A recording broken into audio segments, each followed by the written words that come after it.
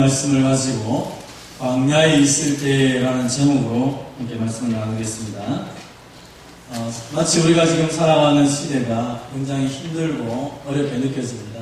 코로나19 때문에 들리는 소문은 그렇게 아름다운 소문보다 참 우리의 마음을 힘들게 하는 여러 가지 많은 소문들이 있습니다.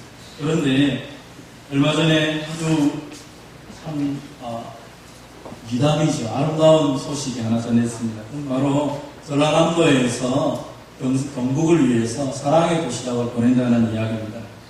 경북에서 전라남도에 있는 홈페이지에 한 시민이 글을 올렸습니다. 안동에 있는 한 시민이 글을 올렸는데 전남이 경북에 도시락을 전달했다는 뉴스를 보고 저도 모르게 눈물을 흘렸습니다. 고맙습니다. 사실은 지금까지는 많은 사람들이 경남과 또 이 호남과의 관계가 좋지 않다, 지역 감정을 자꾸 불쑥해서 서로가 서로를 향하여서 이상하게 쳐다보게 만들었던 일들이 많이 있었습니다. 그럼에도 불구하고 우리 전라남도에서 경상북도에 지금 코로나로 인해서 많은 사람들이 어려움을 당한다고 해서 사랑의 도시락을 그 전라남도에서 가장 좋은 특산물 중심으로 해서 도시락을 만들어서 안동의료원, 포항의료원, 김천의료원 이 의사 선생님들과 또 수고하시는 어르신들을 위해서 도시락을 매일 300개씩 이렇게 보내는 운동을 시작했습니다. 이 운동을 통해서 이 전라남도에서는 1억 5천에 가까운 돈을 확보해가지고 매일 하루에 300개씩 보내겠다. 그래서 도시락을 보내기 시작하니까 경상북도에서 너무 감사하다는 이야기를 하면서 도시락도 필요하고 마스크도 필요하다 하니까 또 힘을 모아서 또 마스크를 지금 계속적으로 보내주고 있다는 소문을 듣고 있습니다. 힘들고 어려운 시대이지만 누군가가 이렇게 사랑의 손길을 보낼 때마다 그 이야기를 들으면 듣는 많은 사람들도 참 행복하고 즐거운 것 같습니다. 이전에는 어떤지 모르지만 어려운 시기가 닥쳤을 때 함께 힘을 모아서 그 모든 어려움을 이겨내는 것, 그것이 우리나라의 좋은 전통이 아닌가 생각합니다. 그래서 이번에 이 전라남도에서 했던 이 굉장한 사랑의 도시락이 많은 사람들을 감동시켰다는 이야기를 들었습니다. 요즘 많이 외치는 구호가 하나 있죠. 힘내라 대한민국이라는 구호가 있습니다. 그래서 사람들이 서로마다 힘내라 힘내라 이렇게 외치고 있는데 우리도 마찬가지인 것 같습니다. 힘내라 대한민국. 또 이 왕궁 지역의 많은 사람들도 불안해하고 있고 제가 얘기 들으니까 마스크를 구입하기 위해서 아침 7시부터 9시 반까지 줄을 서서 마스크를 구입해서 또 사랑하는 자녀들에게 보내주기 위해서 애쓰는 우리 어르신들이 많았다는 것을 지난주한테 얘기를 들었습니다. 여러 가지 서로 힘내라 격려하고 있습니다. 우리 교회도 이 코로나로 힘들어하는 대한민국과 또 많은 사람들을 위해서 함께 계속적으로 기도하고 있습니다. 그래서 우리가 서로에게 위로를 전해주고 또 힘든 가운데 있는 사람들에게 격려해 주는 것은 정말 하나님의 마음이 아닌가 생각합니다. 힘들 때 누군가가 위로가 되어주고 또 외로울 때 누군가가 친구가 되어준다면 그것보다 더 행복한 순간은 없을 것입니다. 오늘 본문의 다윗은 지금 표제를 보니까 유대 광야에 있을 때로 이렇게 시작이 됩니다. 다윗이 유대 광야에 있는 것입니다.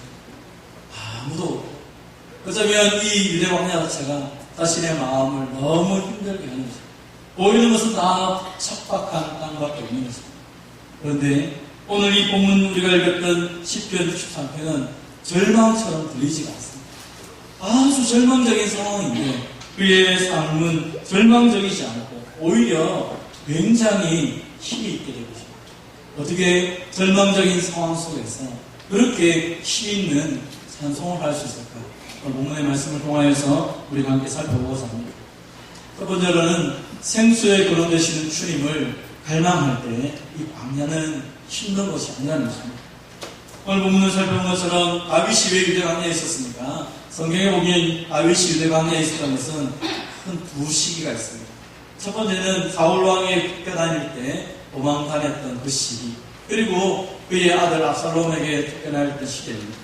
먼저 우리가 아는 것처럼 다윗의 20대 그 10년 동안 다윗이 도망 다녔던 시절이 있습니다. 사울 왕이 자기를 죽이려고 계속 쫓아왔습니다. 군대를 동원하여 쫓아왔습니다.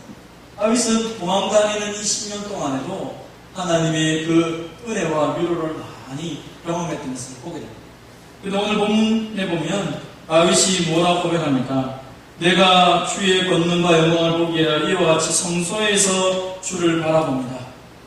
성소에서 주를 바라봅니다.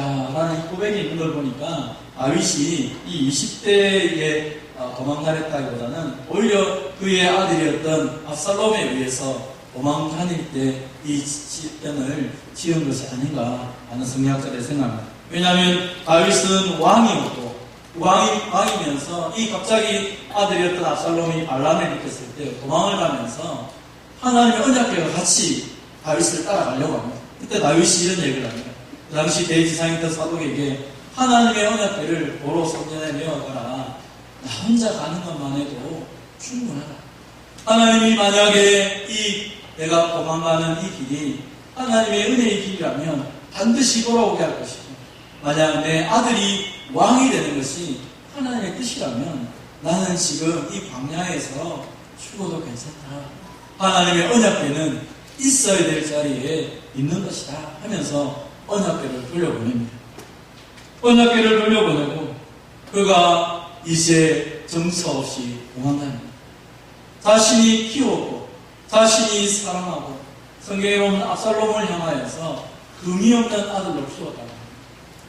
자신의 셋째 아들이었던 이 압살롬 가장 존귀하게 아름답게 키웠는데 이 압살롬이 어느 날 아버지를 배신하고 반란을 일으켜서 아버지를 죽이려 하는 것입니다. 사랑하는 아들에게 칼을 맞기 시작하고 사랑하는 아들에게 공격받는 그 순간에 다윗이 그의 사람들 때문에 그 성을 떠나고 있습니다.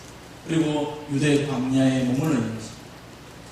아마 그가 처한 환경적인 광야보다도 사랑하는 아들, 사랑하는 사람들에게 배반당했던 그의 정서적인 고통이 아마 더 큰 것 같습니다. 그래서 오늘 본문은 육신적으로도 굉장히 힘들지만 영적으로, 정서적으로 쉽게 있는 상황 속에서 하나님 앞에 나아가는 것입니다. 어쩌면 이 광야 속에서 무엇을 바라볼 수 있습니까? 많은 사람들은 척박한 그림을 바라보고 척박한 환경을 바라봤습니다. 그러나 광야에 가면 한 가지 아주 독특한 현상이 있다고 합니다. 그것은 저녁이 되면 밤하늘의 별이 그렇게 가까이 보인다는 것입니다.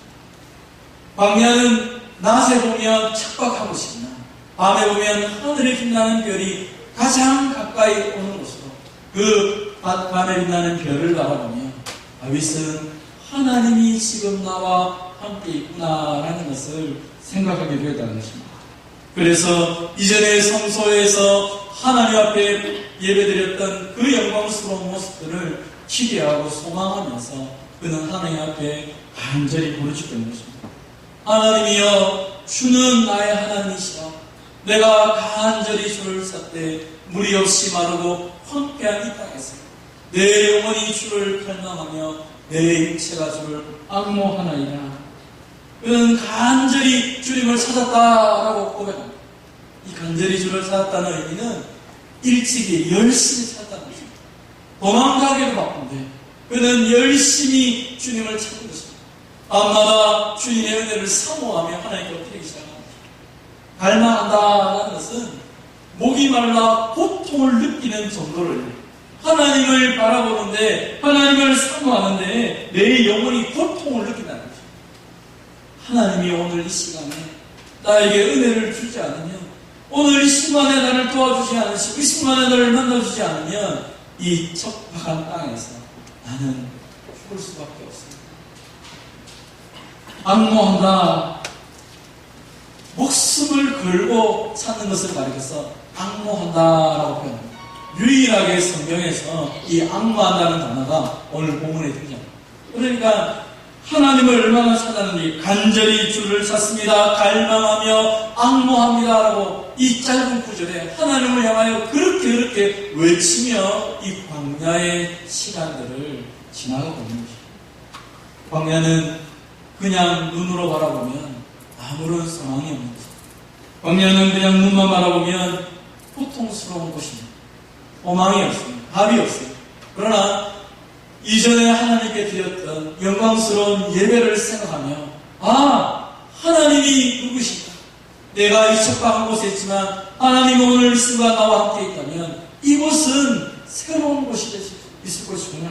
왜냐하면 하나님 자체가 메마른 곳에서 영혼을 만족케 하고 우리를 견고하게 할 수 있는 유일하신 분이 하나님이시기 때문에 그 하나님이 함께 하시면 이 메마른 땅이 물된 동산이 될 것이고 물이 끊이지 않는 샘처럼 내 인생이 될 것을 믿고 하나님께 간구하며 나가는 것입니다.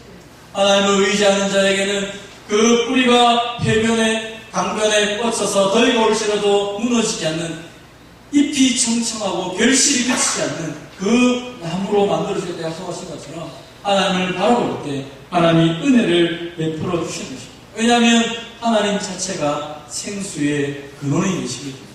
그래서 다윗은 이전에 성소에서 드렸던 하나님께 드렸던 예배를 기억하며 이 광야에서조차도 하나님을 찾고 하나님을 부르짖고 하나님께 나아가고 있는 것입니다. 사랑하는 성도 여러분, 오늘 우리가 처한 상황이 광야 같습니까? 목이 마르고 영적으로 공고하고 육체적으로 피곤합니까? 생수의 근원 되신 여호와 하나님을 바라보는 저와 여러분 되시기를 바랍니다. 누구든지 목마르거든 내게로 와서 마시라. 나를 믿는 자는 성경에 이른 것 같이 그 배에서 생수의 강이 흘러나오리라고 말씀하셨던 주님께서 오늘도 주님의 이름을 부르며 하나님께 엎드리기 시작할 때 우리의 이 목마름을 채워주시고 우리를 새롭게 해주실 것입니다. 그러므로 광야 같은 이 땅, 광야 같은 내 인생이 생수의 근원 되신 하나님, 오늘도 누구든지 목마르거든 내게 와서 마셔라 라고 말씀하셨던 그 주님의 이름을 부를 때에 우리에게 상상도 하지 못하는 하나님의 은혜가 흘러넘치게 될 것입니다. 비록 우리의 인생이 광야라고 생각하지만, 그래서 버려진 것처럼 느껴지고 아무도 없는 것처럼 느껴지지만 생수의 근원 되신 하나님을 붙잡고 나아간다면 그것이 하나님을 온전히 예배하는 것이 되는 것입니다. 광야에 있으면서 발견하는 것이 무엇입니까? 왕인 것이 광야를 지날 때 무슨 의미가 있습니까? 아무런 의미가 없습니다. 광야는 돈이 많다고 해서 물을 살 수 있는 곳이 아닙니다. 광야는 힘이 있다고 해서 그곳에서 든든히 살 수 있는 곳이 아닙니다. 광야는 그곳에서 인기가 있다고 해서 뭔가 있을 수 있는 것이 아닙니다. 광야에 가보니까 내가 지금까지 무엇을 붙잡고 살아가 그것을 다시 발견하게 됩니다. 내가 가지고 있는 신분, 내가 가지고 있는 그 모든 것들이 이 광야에서 힘이 되는 것이 아니라 이 광야에서 유일하게 힘이 되는 것은 생수의 근원 되신 하나님 외에는 없더라는 것입니다.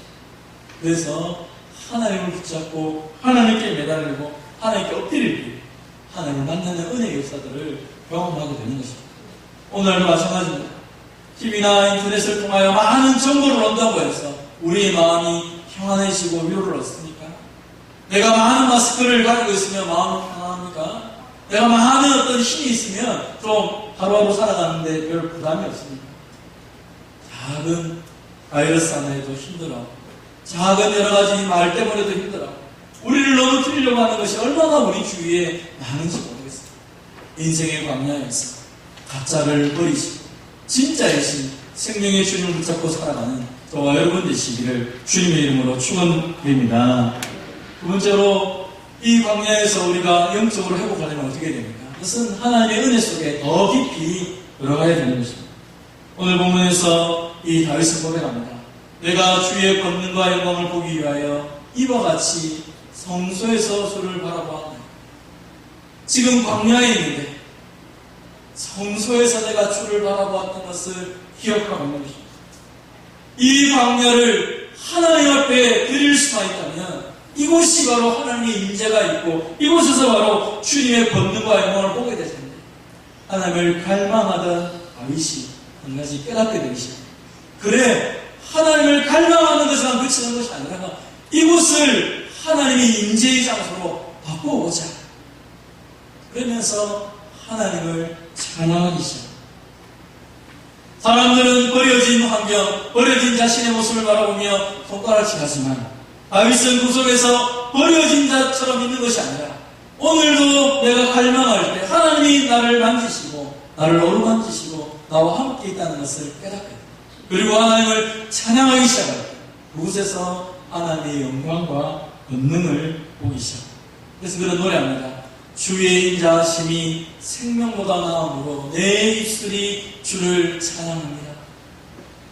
이름으로 내 평생의 주를 소축하며 주의 이름으로 말미암아 내 손을 들겠습니다. 내가 생명이 귀중한 것처럼 여겨지지만 가만히 생각해보니까 내 생명보다 주님의 그 인자하심이 더 크거든요. 내가 주님 앞에 찬송했던 그날을 생각해보니까 그것보다 귀한 것이 없어요. 그러므로 내가 이 순간에도 내가 이 광야에서도 주님을 찬송하며 주의 이름으로 말미암아 나의 손을 들겠습니다.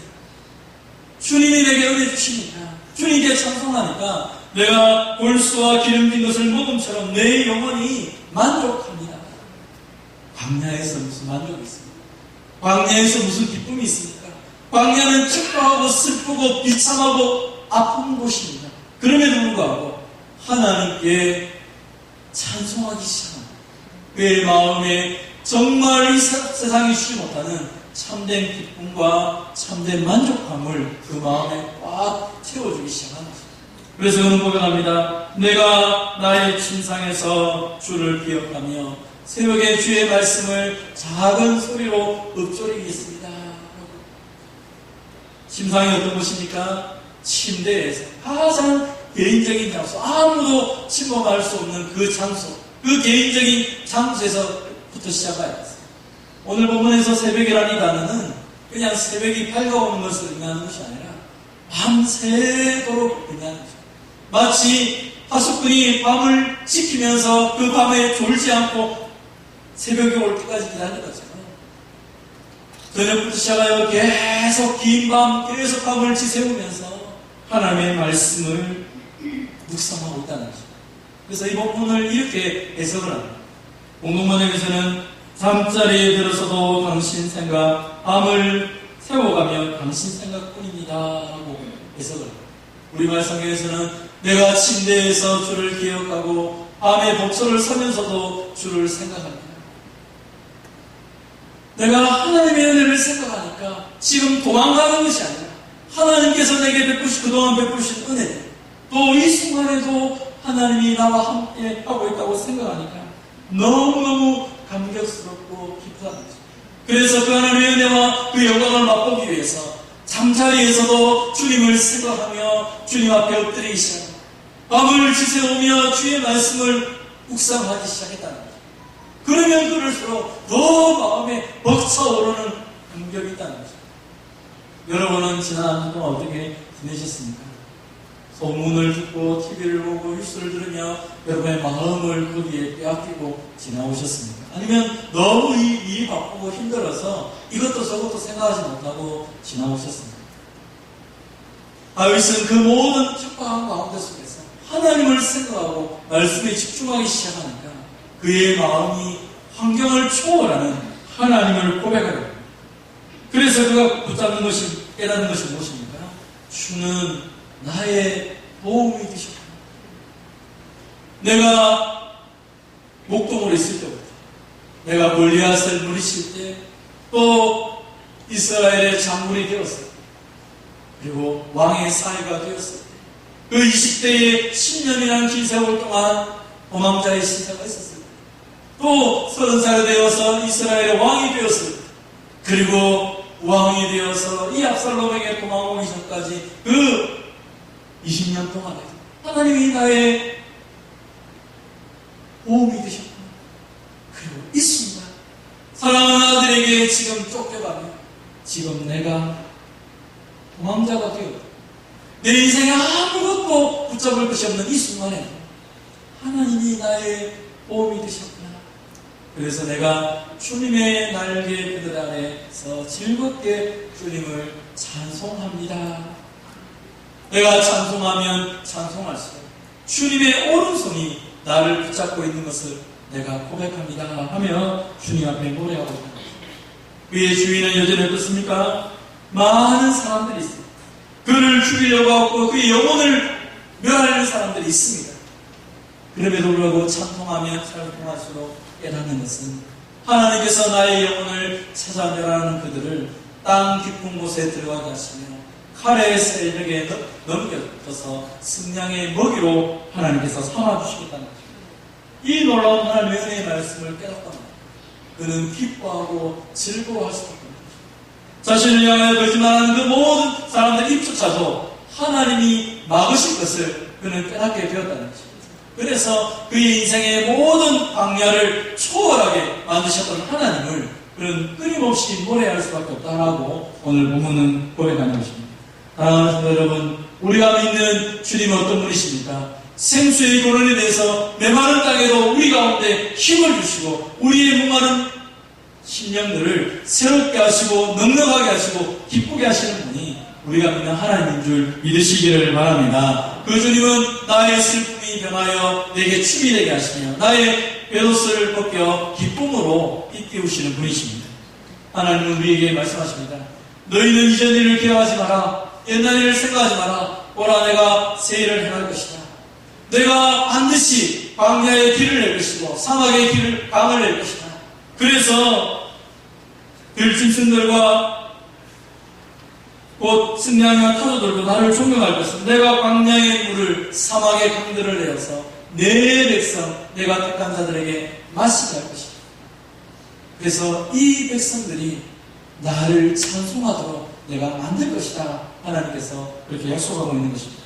광야, 그것은 우리를 망하게 하는 장소가 아니라, 광야, 그것은 우리를 버려지도록 내버리는 장소가 아니라, 광야, 그곳에서는 오히려 하나님을 더 깊게 만나고 더 은혜를 사모하고 하나님과 함께 하도록 하는 장소인 것입니다. 그것을 온전하게 그렇게 경험하기 위해서 우리가 할 수 있는 유일한 길은 바로 그곳에서 하나님을 찬양하는 것입니다. 믿음의 사람들은 절망의 순간이 올수록, 위기의 순간이 올수록 다급해하지 않습니다. 당황하지 않습니다. 오히려 잠잠히 하나님의 임재 안에 들어갑니다. 절박하면 절박할수록 찬양하며 기도하며 더 깊게 주님 앞에 나아가는 것을 보게 됩니다. 여러분의 삶이 절박하면 힘이 듭니다. 오늘 하나님 앞에 오히려 찬송하며 기도하며 나가는 저와 여러분이 되시기를 바랍니다. 오늘 본문에 다윗이 고백했던 것처럼 하나님, 나의 침상에서 주님을 기억하겠습니다. 새벽에 주의 말씀을 읊조리며 하나님 앞에 나아가겠습니다. 내가 하나님 앞에 하나님 말씀을 묵상하며 나가겠습니다. 이 모든 환경을 묵상하는 것이 사람의 말을 묵상하는 것이 아니라 하나님의 역사를 묵상하고 하나님의 말씀을 묵상함을 통하여서 찬송하며 이 좁은 길을, 이 척박한 길을 넉넉하게 걸어갈 수 있는 저와 여러분 되시기를 주님의 이름으로 축원드립니다.